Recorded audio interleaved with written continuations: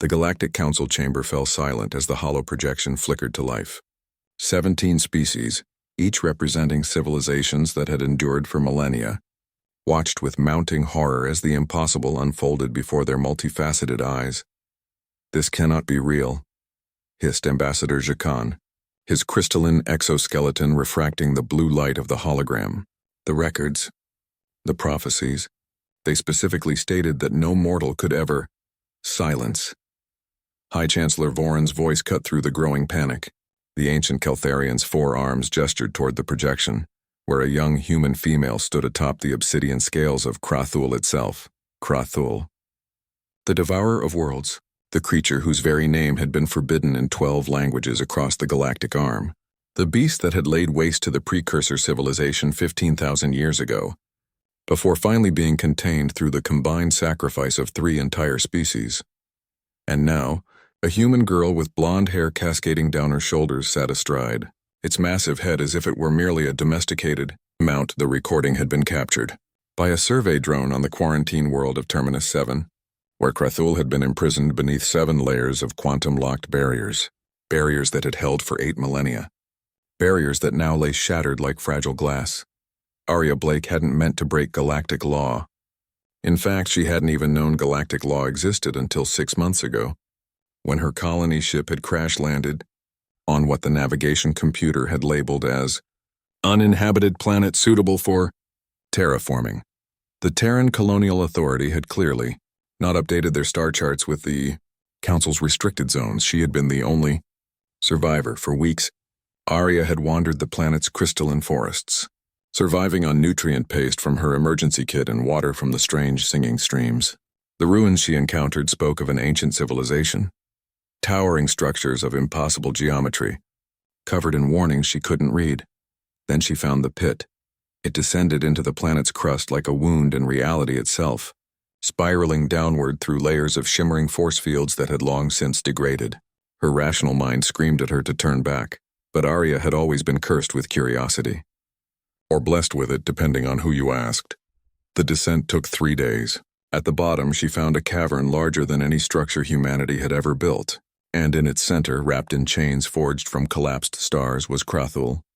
The beast was magnificent. Its scales absorbed light itself, creating an absence in space that hurt to perceive.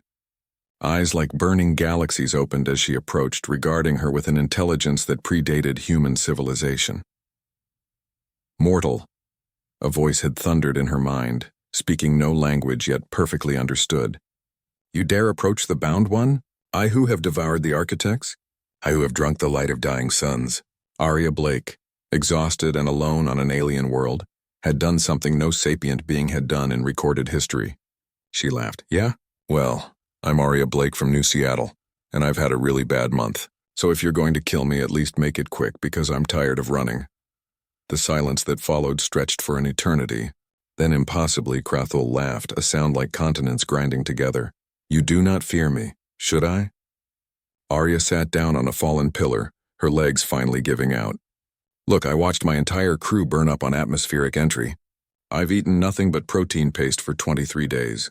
My family thinks I'm dead, assuming they even got the distress beacon. So no, sorry, giant space dragon, but you're actually not the worst thing that's happened to me this month." And something shifted in those cosmic eyes. Curious, the others came with armies, with weapons that unmade. Reality with sacrifices and spells, but you come with honesty. Over the following weeks, an impossible friendship formed.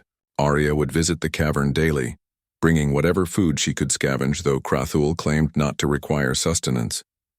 They talked about Earth, about the galaxy before the Council's formation, about loneliness and imprisonment. "Why do they fear you so much?" Arya asked one day. "Because I remember," Krathul replied. "I remember when the precursors ruled with cruelty, when they harvested worlds for their amusement. I was created as their ultimate weapon, but I chose freedom instead. For that choice, I was branded a monster." "Sounds familiar," Arya muttered, thinking of Earth's own bloody history. "We humans have a saying, one person's terrorist is another person's freedom fighter. You understand? Perhaps that is why the chains weaken in your presence." It was true. Arya had noticed the star-forged bonds growing dimmer with each visit. When she touched them, they flickered like dying embers. "What happens if you're freed?" she asked. "I do not know. I have been bound for so long, but I know I would not bring the destruction they fear. That rage died millennia ago. Now I only wish to see the stars once more." Arya made her decision. "Then let's get you out of here." The chains shattered at her touch, dissolving into light.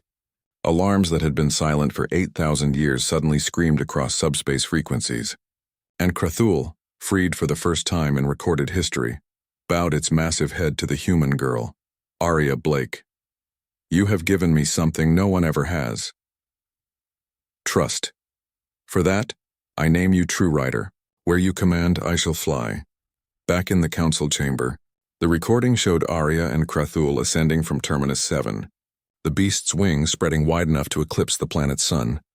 "Deploy the fleet," High Chancellor Vorin commanded. "Ready the reality weapons. We must wait." Ambassador Jakan's voice was thoughtful now. "Look at the bio readings. The beast's aggression markers. They're dormant. And the human, her pheromone levels indicate not conquest, but companionship." The council watched as Arya guided Krathul through a series of aerial maneuvers, laughing with pure joy. The most feared creature in the galaxy performed loops and spirals like an eager pet showing off for its beloved owner. "Impossible," whispered Vorin. 15,000 years of trying to destroy or contain it, and a human child simply befriended it? "Not impossible," Jakan replied, his tone carrying something that might have been amusement. "Just very, very human. Perhaps we should talk to them before we attack." The vote was narrow, but ultimately first contact protocols prevailed over military response. When Arya Blake finally stood before the Galactic Council, Krathul coiled protectively behind her. She spoke with the same honest simplicity that had won over the ancient beast. "Look, I don't know your politics and I don't care about your prophecies. What I know is this. Krathul was lonely. I was lonely. We helped each other. And if that breaks your laws, well, maybe your laws need updating." The council, ancient and powerful, found themselves speechless before a young human who had accomplished the impossible through nothing more than compassion and audacity. It was, they would later agree, the most human thing imaginable. And perhaps, just perhaps, that was exactly what the galaxy needed.